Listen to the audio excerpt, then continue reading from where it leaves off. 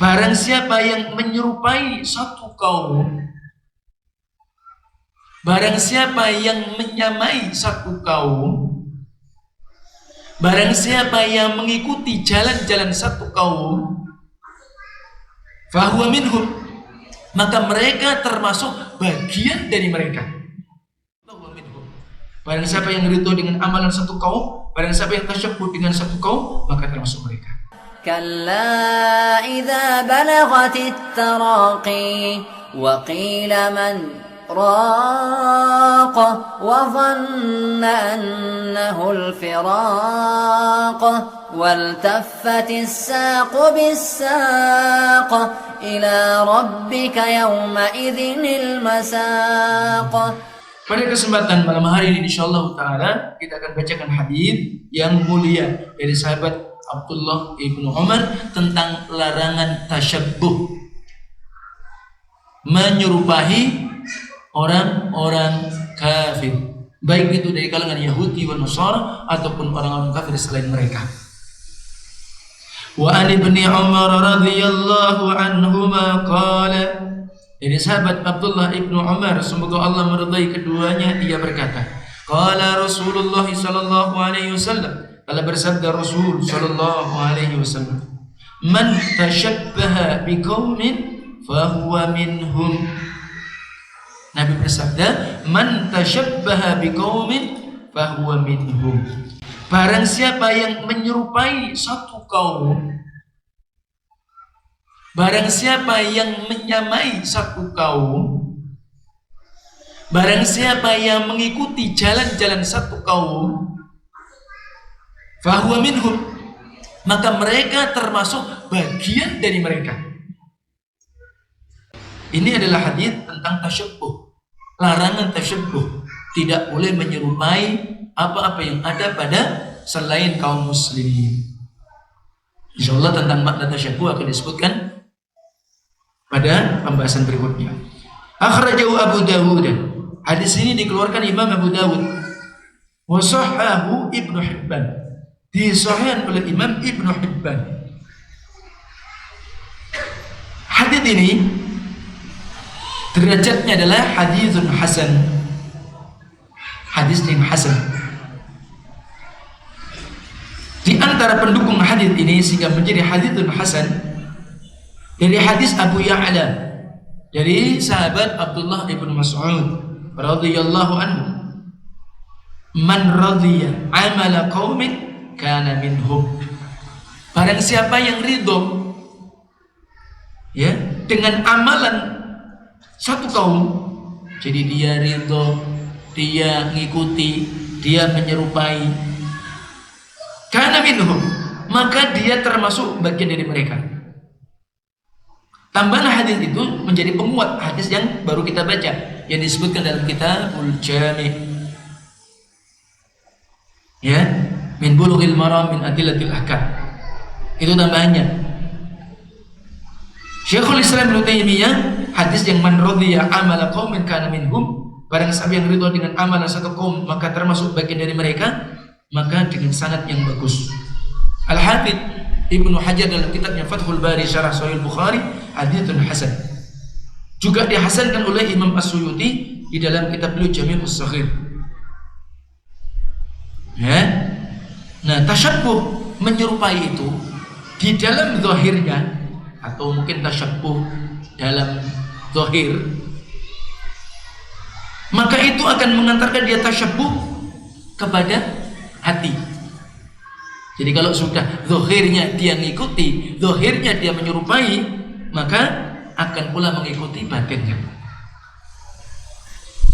Kaidahnya apa? Sarana tentu memiliki hukum yang sama dengan tujuannya. Jadi tasyabbuh itu hanya sebagai wasilah, tapi akan menjadi hukum sama dengan tujuan apa? Ya tadi, ketika zahir kita mengikuti, maka nanti batin kita juga akan ikut-ikutan. Maka sahabat Rasul mengatakan, siapa bagian hadis tadi, man radhiya amala qaumin kana minhum, man tashabbaha biqaumin fahuwa minhum. Barang siapa yang ridho dengan amalan satu kaum, barang siapa yang tasyabbuh dengan satu kaum, maka termasuk mereka. Dr. Syekh Fauzan Abdullah Fauzan hafizallahu taala wara'ah, beliau menyatakan tasyabbuh bi qaumin, maksud tasyabbuh, maksud menyerupai dengan satu kaum, tentu yang dimaksudkan di sini adalah apakah mereka itu adalah ahlul kitab ataukah dia adalah selain ahlul kitab. Bisa pula dia orang-orang yang fasik, bisa pula dia ahlul ma'asi, ahlul maksiat, atau pula mereka adalah sahibul hawa, pengikut hawa nafsu, yang disebut dengan ahlul bidah. Jadi itu. Nah, menyerupai satu kaum tadi bisa karena perbuatan mereka, kita ikuti seperti perbuatan mereka. Ya, kita melakukan sebuah perbuatan seperti perbuatan mereka, atau kita mensifati diri kita seperti sifat-sifat mereka, atau ketika kita berbicara seperti gaya bicara mereka, maka itu namanya tasyabbuh,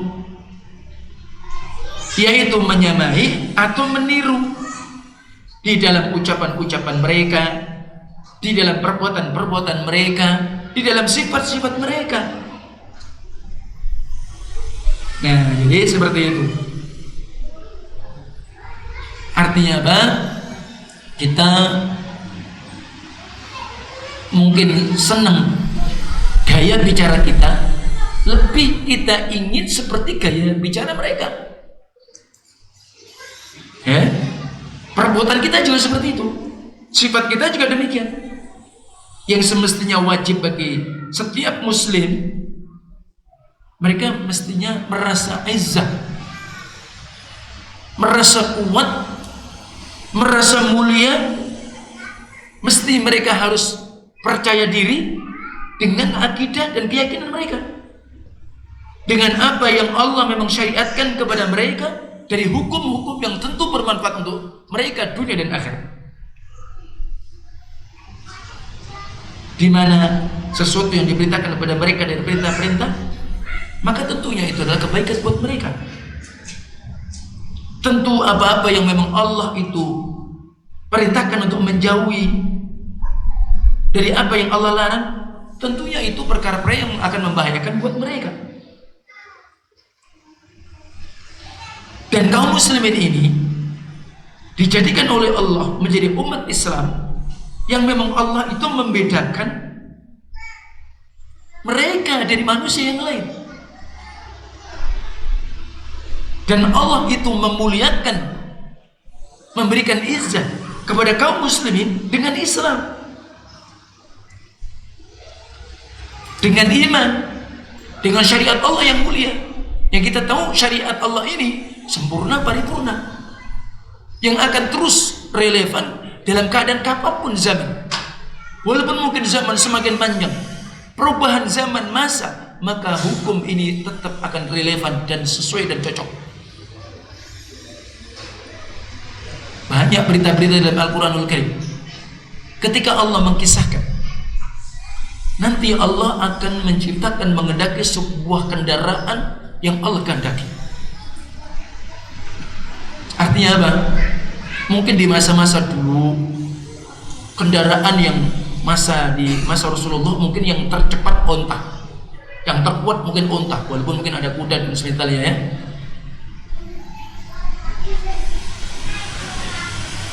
Tapi kemudian zaman berikutnya ada kapal laut. Di zaman kita ada pesawat. Mungkin lagi nanti ada pesawat yang wallahu alam lebih canggih lagi. Kalau bisa jadi yang hari ini wallahu alam ditempuh kalau dari Bali ke Saudi kurang lebih sekitar ya 10 jam atau 12 jam. Ya tapi tidak ada ya direct dari Bali langsung Saudi nggak ada ya. Biasanya transit. Yang ada Surabaya, Jakarta baru ada. Itu 10 jam. Nanti bisa jadi Allah akan ciptakan sebuah kendaraan yang mungkin itu lewat udara yang lebih cepat dari udara itu. Di dalam Islam, dalam Quran disebutkan, walaupun tidak secara tafsir rinci, dan itu takdir Allah Taala, ketetapan Allah. Nah, mestinya kita seperti itu. Maka Allah ingat kita, wala tahinu wala tahzanu wa antumul a'launa in kuntum mu'minin. Surah Ali Imran yang dimana Allah sebutkan pada ayat 139 ya. Ini kalau salah nanti dicek lagi ya, karena tulisannya kecil banget nih. Sudah pakai kacamata masih kecil ya, kelihatan ya. Ya, antara 3 2 ini kan mirip kalau udah kecil ya. Nah, sudah dimaklumi kalau nanti saya salah nukil, dilihat lagi ya. Oh, salah Ustaz, ya sudah. Salah ya sudah, itu betulin aja. Ya kan? Nah, yang penting ayatnya tidak salah, ya kan? Wala tahinu wala tahzanu. Kalian tidak boleh merasa hina, tidak boleh antum merasa rendah. Wala tahzanu, antum tidak boleh wahai kaum mukminin bersedih. Wa antumul a'launa, dan kalian kan wahai kaum mukminin, antum ini tinggi, antum ini mulia. In kuntum mu'minin, jika kalian beriman. Maka dengan sebab iman, dengan sebab prinsip keyakinan kita, keyakinan Islam, keyakinan iman, Allah itu menjadikan manusia aliyan al ghairi, tinggi dan mulia di semua makhluk, di atas yang lain, dengan iman, dengan Islam. Tentunya bisifat, dengan sifat, wasammatir tayyibah, dengan adab-adab yang baik. Ingat ketika Allah menyatakan wa innaka la'ala khuluqin azim, sesungguhnya engkau ya Muhammad di atas budi pekerti yang tinggi. Ada yang bisa nandingi tentang akhlak dan kepribadian Rasulullah SAW? Tidak ada, karena Allah yang muji. Sehingga kalau antum ingin menjadi orang yang mu'adib, pendidik, orang beradab, ikuti Rasulullah SAW. Sempurna, tidak ada yang kurang. Bagaimana Rasulullah SAW bergaul dengan wanita, dengan istri beliau, bagaimana Rasul bergaul dengan sahabatnya laki-laki, bagaimana Rasul kemudian akhlaknya kepada anak-anak, semua bagaimana akhlak beliau kepada selain Islam, semua baik. Orang mulia apa? Kurang tinggi apa? Bahkan antum pernah baca sebuah buku yang menulisnya jadi orang kafir, 100 tokoh dunia Muhammad nomor wahid. Coba bayangkan antum, ini orang kafir. Nah, tentu kita mulia mesti dengan Islam, mulia dengan Nabi kita Muhammad SAW. Kita teladani beliau. Bahkan Rasulullah SAW menyatakan, akhraju Daruqutni wal Baihaqi min hadits A'id ibnu Amr al-Muzanni, al-Islamu ya'lu wa la yu'la alaihi. Islam itu agung, Islam ini mulia, nggak ada yang bisa nandingi Islam. Tapi itu jangan hanya dijadikan bangga-banggaan saja, sementara kita nggak paham bagaimana Islam dan bagaimana sikap menjadi seorang Muslim yang benar. Kadang kita ini salah, kita nggak bisa menempatkan. Kadang-kadang kita apa? Mutalawwin, berubah-berubah, ya kan? Maunya apa? Ya maaf, kalau bahasa Balinya Bang Aman deh, nggak bisa begitu. Berubah akhirnya, mentalik, nggak bisa begitu. Masya Allah, kalau antum ini betul-betul menjaga dan mengamalkan prinsip Islam, semua orang selain Islam menghormati antum. Cuma antum kadang-kadang kurang pede. Dan itu alhamdulillah, Masya Allah. Kalau antum, bukan saya ingin mentazkiyah diri, ana ini hidup. Kalau antum melihat dari atas ke bawah, tidak ada orang Islam yang punya rumah di tempat anak. Jadi ada di tengah-tengah komunitas. Ya, teman-teman kita di sini. Alhamdulillah, alal khair. Tapi kita punya prinsip, kita punya batasan. Masya Allah mereka ta'zim, hormatnya kepada kita. Tapi kalau kita justru, ya sudah, hamba direndahkan. Na'udzubillah min dzalik. Jangan sampai kita jadi orang Islam juru merendahkan Islam gara-gara kita, karena nggak ngerti Islam, tidak bisa mempraktikkan bagaimana hakikat Islam. Ya? Nah, jadi Islam itu bukan eksklusif, bukan a priori. Sampaikan, dan karena diajarkan Rasulullah SAW demikian. Antum tahu dulu Madinah itu ahlul kitab Yahudi dulu yang terbesar. Tapi bagaimana Rasulullah SAW sampai kemudian menjadi kota Madinatul Munawwarah, Bahkan pernah terjadi ketika turun surat Al-Hasyr, orang penduduk asli Ahlul Kitab diusir oleh kaumnya sendiri. Kenapa? Dia melanggar kesepakatan. Bayangkan antum anak-anak penduduk Bumi terusir karena gara-gara kemudian diusir oleh teman-temannya sendiri. Masya Allah, ini perlu dipahami. Baik. Jadi Islam ini mulia, tinggi, tidak ada yang menandingi. Wal muslimu a'tahu Allah al-mayyizata ala ghairi. Maka muslim diberikan oleh Allah, mukmin diberikan oleh Allah perbedaan atas yang lain. Fa kaifa yatanazal an hadhihi al-martabah ila ma dunaha mimma laysa fihi lahu fa'idah? Kalau Allah pun berikan perbedaan atas yang lain, bagaimana mungkin kita akan menurunkan kedudukan martabat yang mulia ini, kemudian kita justru merendah, kita turunkan dari yang lebih rendah, yang tentu tidak ada faedah sedikit pun. Maka kemudian Rasul mengatakan, man tashabbaha biqaumin, barang siapa yang menyerupai satu kaum, qaumun hadza amun. Kaum di sini artinya maknanya umum. Dan hadis ini maka tentu mengeluarkan tentang tempat larangan. Larangan apa itu? Tasyabbuh. Ai la tashabbahu, kalian jangan menyerupai. Keumuman baik itu orang-orang kafir, orang-orang fasik, ahlul maksiyah, maka ini larangan dalam arti tasyabbuh dengan mereka. Sehingga kita dilarang sebagai seorang muslim menyerupai dengan salah satu sifat-sifat dari mereka. Justru semestinya bahkan kita harus merasa tinggi dengan agama kita, dengan akhlak adab kita, sehingga kita tidak harus kemudian tasyabbuh menyerupai mereka orang-orang kafir atau orang fasik atau ahlul maksiyah. Berarti ketika kita menyerupai, mengikuti, menyamai kepada mereka, bentuk kita berarti merendahkan dan kita menurunkan kemuliaan yang Allah berikan kepada kita. Fatashabbuhu fil zahir yadullu 'ala al-mahabbah fil batin. Ketika seseorang menyerupai dalam sisi zahir, maka akan menunjukkan atas kecintaan dia dalam batin. Maka tentu ini tidak, walaupun mungkin dia tidak mencintai, tapi itu akan mengantarkan ke sana. Ya, waqad jaa bil haditsin akhar an-nahyu an tashabbuh bil yahudi wan nasara. Karena sungguh telah datang hadis yang lainnya larangan kita menyerupai Yahudi wan Nasara. Semisal juga hadis larangan kita menyerupai kaum musyrikin secara umum. Juga kita dilarang menyerupai kepada orang-orang Majusi. Kalau ahlul kitab kita sudah tahu Yahudi wan Nasara. Kalau musyrikin siapa selain mereka? Kalau orang Majusi siapa? Mereka orang-orang penyembah api. Dulunya orang-orang Persia, yang mereka meyakini bahwa keyakinan mereka itu hanya dua lambang, kegelapan sama terang. Jadi seperti itu. Ya. Wa bi ayyi ta'ifah min ta'ifil kufr kulluha. Artinya dari semua kelompok, dia kelompok-kelompok orang-orang itu semua.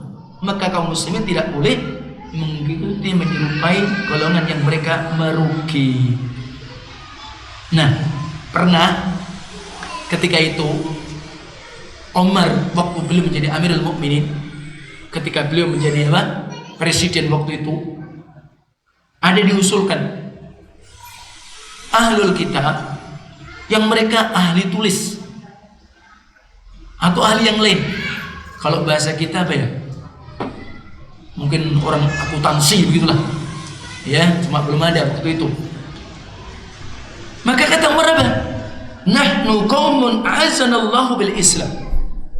Kami ini kaum yang Allah muliakan dengan Islam. Ya.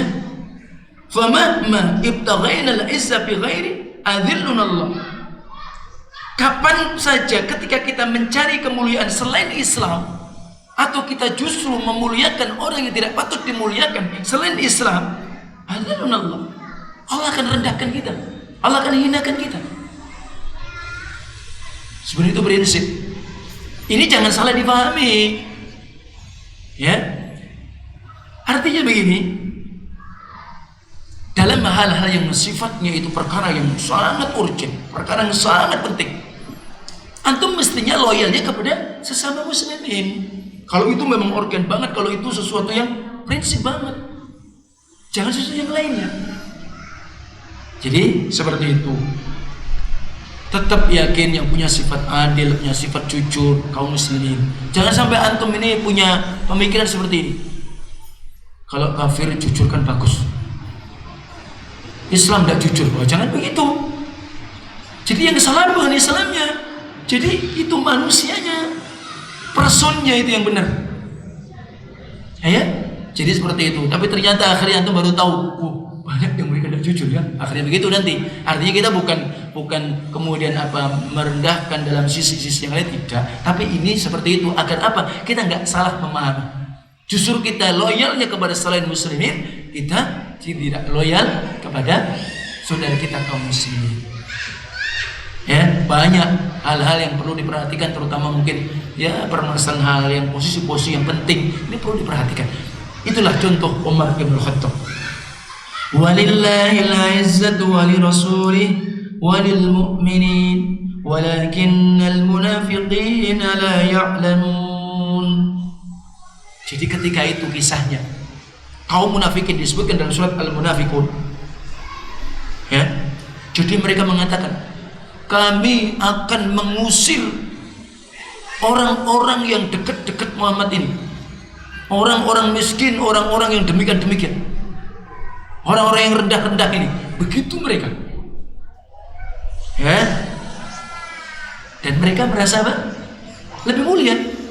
Maka kemudian Allah katakan, kemuliaan itu kepunyaan Allah dan Rasulnya dan kepunyaan kaum mukminin. Tapi kaum munafikin tidak mengetahui. Salah dia paham. Wa hadzal hadits fihi an-nahyu an at-tashabbuh bi ghairil muslimin. Maka hadis ini adalah larangan kita untuk menyerupai kepada selain muslimin. Bima fi dzalika min al-inhitati wa at-tanazuli an ma huwa khair ila ma huwa adna. Kenapa? Karena dalam perkara itu ketika kita ngikut-ngikut menyerupai, ya, maka ini kemunduran, maka ini menurunkan derajat dari yang baik kepada yang lebih rendah. Ya, maka sungguh banyak terjadi ujian terjadi di mayoritas muslimin, mereka tasyabbuh kepada orang-orang kafir. Maksud di sini mereka menyerupai dalam bab ibadah mereka, dalam keyakinan mereka, di dalam agama mereka. Ya, seperti mereka melakukan seperti apa yang mereka lakukan. Ini yang perlu diperhatikan. Nah, jadi itu barakallahu fikum. Jadi kalau enggak ada bahwa itu ada dalam syariat, ya jangan. Salah satunya apa yang terjadi di dalam kehidupan kita, dan seakan-akan itu sudah sulit untuk dibedakan.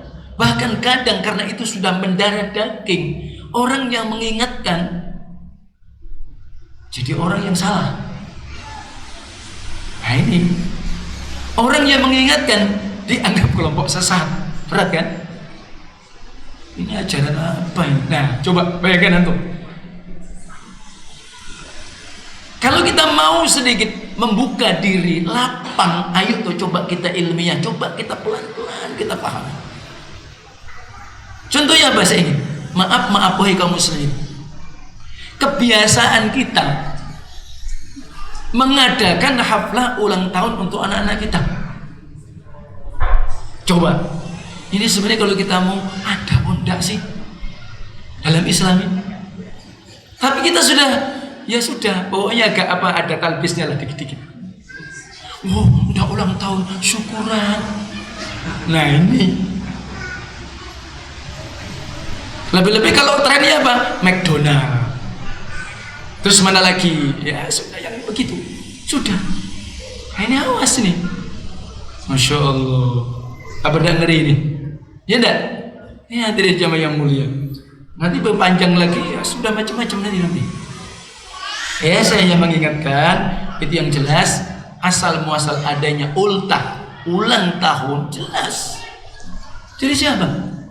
Kaum Nasara. Tidak ada. Ya. Memang berat, sekali lagi berat. Waduh, asik satu undangannya, Masya Allah. Nah ini, maka ini saya tetap mengingatkan. Jadi ini adalah bab-bab. Terus lagi ada tiup lilin lagi, roti tar lagi, ada tulisannya umur sekian. Coba bayangkan antum. Terus ini kita ditanya pun enggak nanti ketika seperti itu kita sama Allah. Uang yang kita belanjakan, kita ditanya sama Allah. Ditanya apa tidak? Ditanya. Nah ini perlu diperhatikan. Waduh ini pedas ini Ustaz. Nah ya repot. Kalau Anda sampaikan dengan pedas, ya pedas sambel. Ya enggak? Iya. Kalau ini enggak, yang ingatkan. Tapi ini sudah menjadi kebiasaan. Biasa, enggak ada yang bisa dibedakan. Kayak ada kebanggaan, ya Allah. Ya apa ini terus?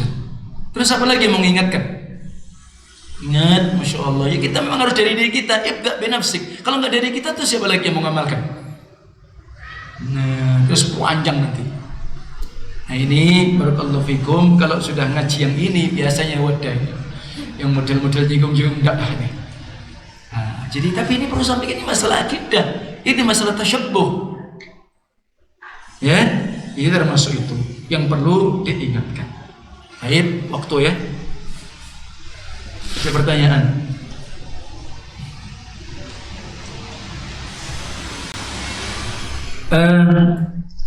Tadi antum menyebutkan tasyabbuh itu mengikuti gaya orang kafir. Lalu bagaimana dengan gaya pakaian? Zaman sekarang lagi tren Korean.